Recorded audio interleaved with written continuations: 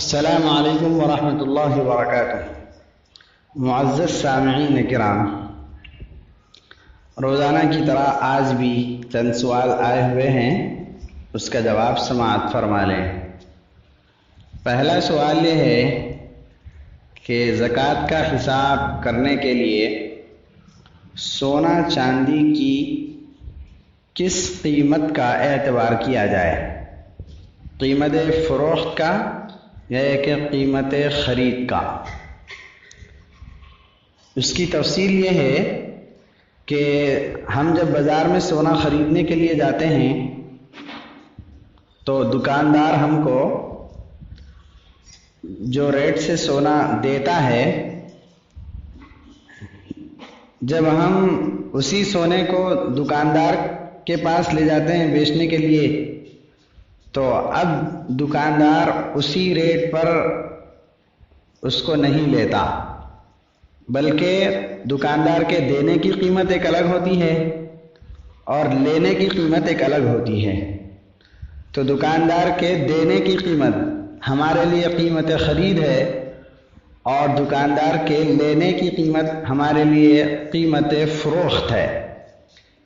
تو اب سوال یہ ہے کہ کس قیمت پر زکوٰۃ کا حساب کیا جائے، جبکہ دکاندار ہم سے جو لیتا ہے وہ قیمت اس کے دیے ہوئے قیمت کے مقابلے میں کچھ کم ہوتی ہے۔ تو اس سلسلے میں جواب یہ ہے کہ اصل مسئلہ تو یہ ہے کہ زکوٰۃ کا تعلق سونے چاندی کی قیمت سے نہیں بلکہ سونے چاندی کے وزن سے ہے۔ یعنی مثال کے طور پر میرے پاس 40 گرام سونا ہے تو زکوٰۃ دیتے وقت اصل مسئلہ تو یہ ہے کہ میں 1 گرام سونا دے دوں۔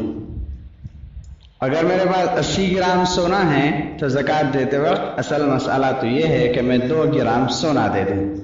لیکن سونے کی قیمت کے ذریعے سے بھی زکوٰۃ ادا کرنے کی گنجائش ہے۔ اب کس قیمت کا اعتبار کیا جائے، قیمت خرید کا یا یہ کہ قیمت فروخت کا؟ اس سلسلے میں اکابر مفتیان کرام دونوں طرف ہیں۔ بعض کہتے ہیں کہ قیمت خرید کا اعتبار کر کے زکوٰۃ کا حساب کر لیا جائے، اور بعض کہتے ہیں کہ نہیں، قیمت فروخت کا اعتبار کر کے زکوٰۃ کا حساب کر لیا جائے۔ دونوں کی گنجائش ہے۔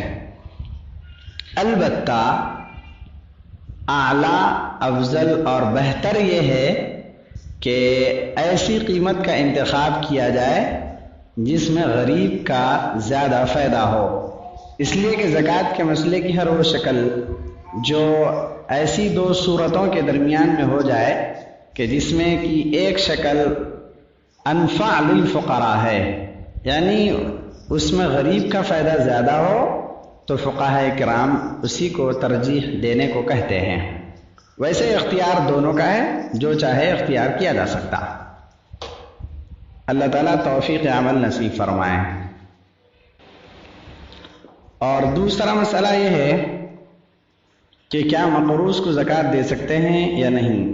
تفصیل اس کی یہ ہے کہ ایک بندے نے میرے پاس سے ضرورت کے موقع پر کچھ رقم قرض کے طور پر لیا، لیکن اب اس کے حالات ایسے نہیں ہیں کہ وہ قرضے کو ادا کر سکے، تو کیا میں اپنی زکوٰۃ کی رقم اس بندے کو دے سکتا ہوں کہ وہ بندہ وہ پیسے کا مالک بن جائے، پھر اس کے بعد اپنے قرض کی ادائیگی کے طور پر وہ پیسہ اپنی رضا اور خوشی سے مجھے لا کر دے دے؟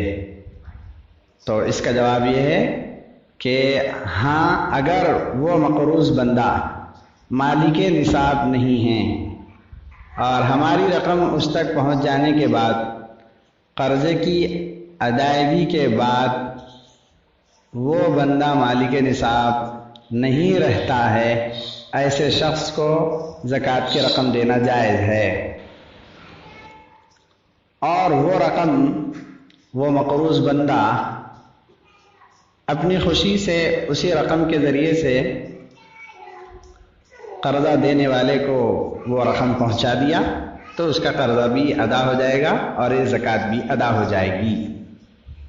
اللہ تعالیٰ ہم تمام کو توفیق عمل نصیب فرمائے، شریعت کی صحیح فہم نصیب فرمائے۔